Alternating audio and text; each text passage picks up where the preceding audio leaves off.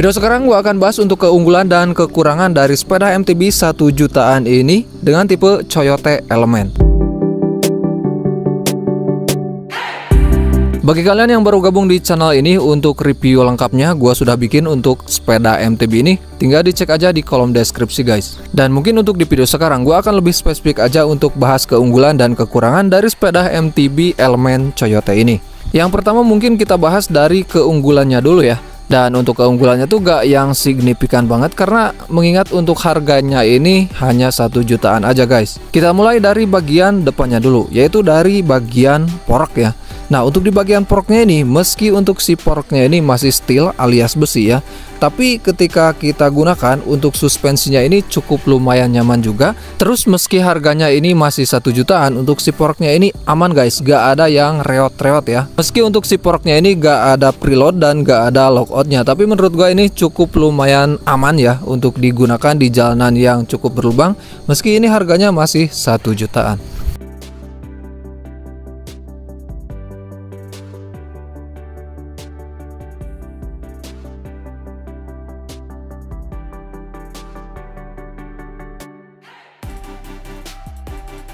Lanjut di keunggulan kedua adalah di bagian sadelnya bro. Ya meski ini harganya 1 jutaan, tapi untuk keempukannya ini menurut gua ini cukup rekomendasi juga ya. Untuk ukurannya gak yang begitu kecil dan gak yang begitu besar. Jadi ketika bebek kalian 60-70 kilo, menggunakan sadel ini masih aman guys.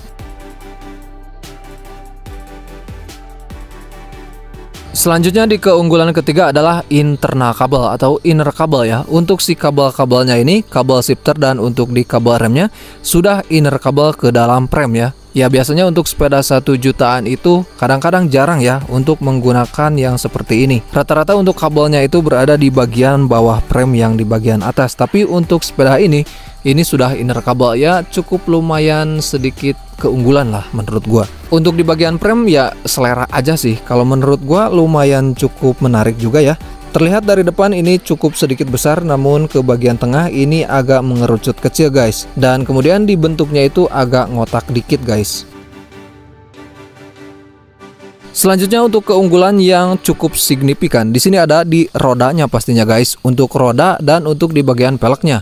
Peleknya ini sudah menggunakan double wall ya, meski ini 1 jutaan. Dan untuk bannya ini cukup keren juga guys. Ini sering juga digunakan di sepeda Polygon ya. Meski harganya 1 jutaan, kita sudah dikasih untuk roda ban seperti ini. Mereknya adalah MIZT dengan ukuran 27,5 x 225. Jadi dengan menggunakan roda yang seperti ini, ketika digunakan di jalanan aspal ini siap, dan ketika digunakan di jalanan tanah ini juga masih siap bro.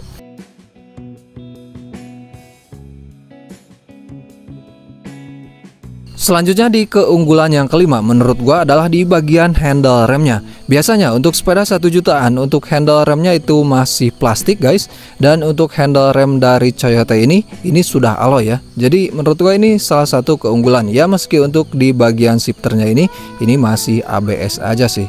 Selanjutnya untuk di keunggulan yang berikutnya adalah di bagian head tube-nya. Jarang untuk sepeda 1 jutaan untuk head tube-nya adalah sudah mode taper. Untuk yang ini sudah mode taper guys, bisa kalian lihat ya, meski untuk di bagian depannya ini ada sedikit stiker. Bisa kita buka karena ini menggunakan double tip ya, bisa kita copot cabut guys.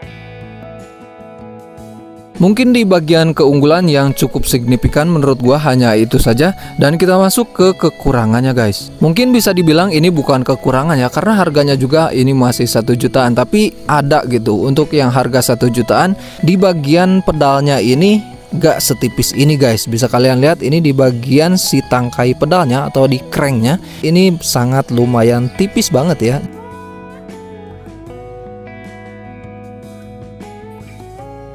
Tapi untungnya bahannya ini masih besi ya. Jadi meski setipis ini ya cukup lumayan kuat sih.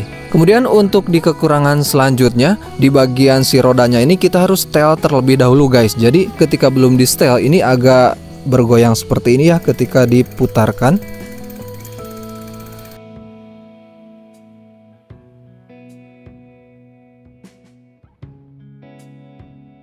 Meski ketika digunakan bersepeda ini gak bakal Meski ketika digunakan saat bersepeda ini gak sedikit kerasa ya, tapi ketika dilihat seperti ini, diputarkan seperti ini kelihatan bergoyang banget guys. Di bagian yang depan dan yang belakang juga sama seperti ini ya. Jadi kita harus setel ulang untuk di bagian peleknya ketika ingin menggunakannya dengan performa yang maksimal. Selanjutnya di bagian as depannya ini. Jadi untuk as rodanya ini masih menggunakan yang biasa ya, bukan quick release apalagi TA gitu. Tapi gua pernah menemukan juga untuk harga 1 jutaan di bagian as depannya itu sudah quick release ya. Namun khusus untuk yang sepeda ini mungkin ya masih biasa aja seperti ini.